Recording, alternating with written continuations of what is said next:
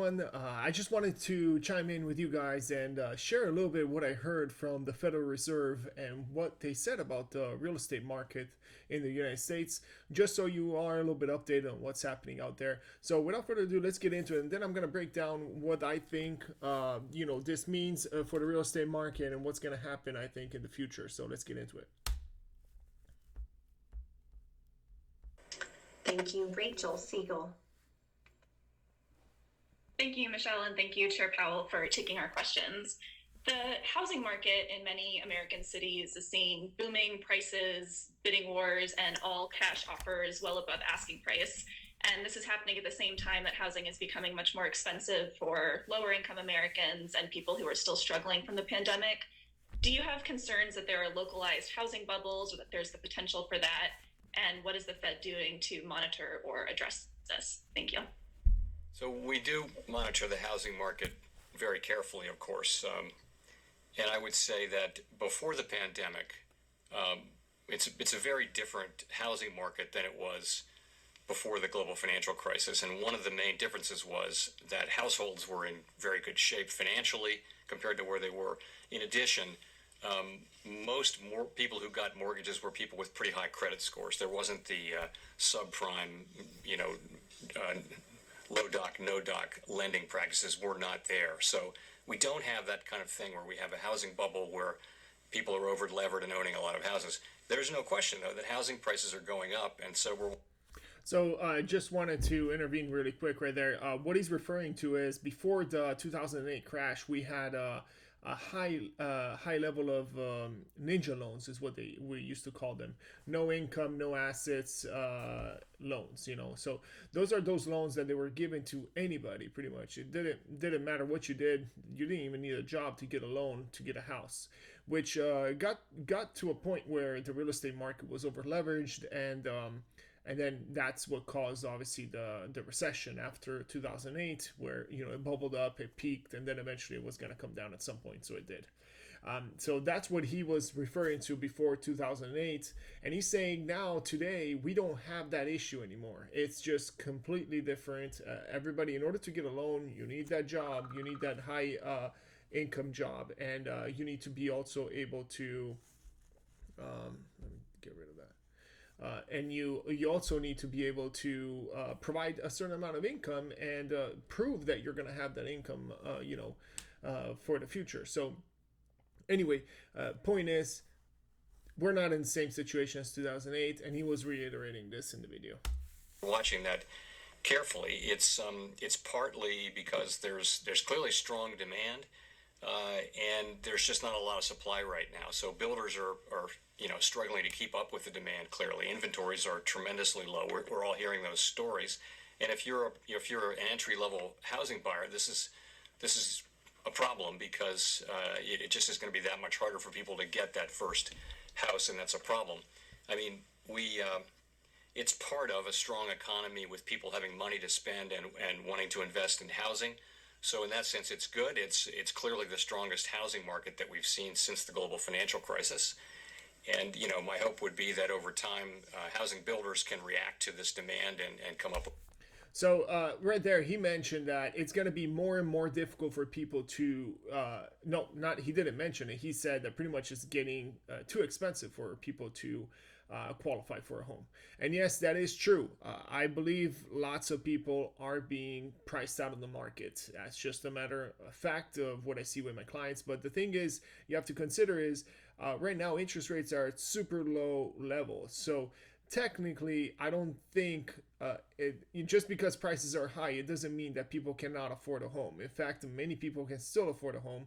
It's not a big difference. Although prices are getting up there to the point where it doesn't matter how low the interest rates are, people are, the average monthly cost to own a house is going up, which is the affordability is what we call it, right? And that's the big issue that we're having. So I can see what he's saying where, it's getting too expensive. A lot of people are getting priced out, but I don't really agree with the fact that it's more expensive to own a home compared to 2 years ago. And the reason why is because of the super low interest rates that are offsetting this increase in prices that is happening. Okay, so for example, if you have a home loan on a house that is $300,000 and the home loan interest rate is 4%, which is what it used to be in 2018, compared to the same house, $340,000 today with 3% interest rates, you're gonna have pretty much the same loan amount every month, is what I'm saying, which means affordability is the same as what it was back in 2018, even though interest rates, because interest rates are low and home prices went up. So that's what I was mentioning, but it is getting to a point where the home prices increases. If it keeps going with this rate, it's going to be difficult to afford a home for the middle and lower class people. In fact, I mentioned this in another video before where I said a lot of people, I predict in the future we're gonna move away from home ownership, and we're gonna get more into an economy where people are renters rather than homeowners, which is sad to hear because it's the American dream. But I don't know, I might be wrong. I hope I'm wrong. And let's keep going with this video, see what he's saying. With more supply, and workers will come back to work in that industry. So, it's not an unalloyed good to have prices going up this much, and we're watching it very carefully. I don't see the kind of financial stability concerns, though, that really do reside around the housing sector. So many of the financial crack-ups in all countries, all Western countries that have happened in the last 30 years have been around housing. We really don't see that here. We don't see bad loans and unsustainable prices and that kind of thing. So right now he was talking about the builders. He's saying that he hopes that the builders can catch up with the demand, because there's such a big disparity between supply that we have, the amount of homes that are on the market, which is the supply, and the demand, which is how many people are looking to buy a home. And because of this reason, prices are going up. I don't know if that is necessarily just a reason. Obviously, there is low demand, but that's not necessarily the cause of the houses going up. There is something that is happening before the supply shortage, which is the huge demand, and that is what they're doing with the Federal Reserve increasing the monetary supply, which is allowing people is flooding pretty much the market with money. And then where is all that money going at the end? Is going to real estate, which means if people have more money, obviously there's going to be more demand, and then builders cannot catch up with the demand. So that's where I disagree with him, and I don't think that's a good answer, because at the end of the day, it's not a problem with the home builders. It's a problem with the Federal Reserve intervening into the economy and injecting money. Although, I understand the circumstances with the virus and everything, it just doesn't make sense that, however, the way they're spending the money, though, it's a little bit questionable, is what I mean. And that's causing, the market to flood in there, and pretty much get everybody trying to get a home, as well as everything else. I mean, in addition to homes, also car prices are going up. I believe last month it went up 5.3% in a month, the resale value of cars. And anything, you try to go to the grocery stores, everything is going up, and that's because there's a huge supply of money, which is creating a lot of demand on and restraining a little bit the supply, because obviously there's too much demand. Okay, so that's what he's mentioning right here about the housing market. In summary, what I wanted to cover right here is I want to show you what their perspective is on the market. I also want to share with you what they were saying about interest rates, which later on they mentioned how they're going to keep interest rates low for a long time. In previous videos here, they mentioned that they were going to keep interest rates low at 0% until 2023. I do believe this could be a major issue for the real estate market. If interest rates were to go up, it would be a big issue, and that is a big concern that we're having right now in the market. But hopefully they stay low, because in that case prices might go down. But we still have a huge huge demand for housing, and that doesn't look like it's slowing down anymore, especially if they keep interest rates low. So with that said, we don't have any bad loans. We're not in the same situation as 2008. They don't see the housing market, struggling with, values of the houses going down anytime soon.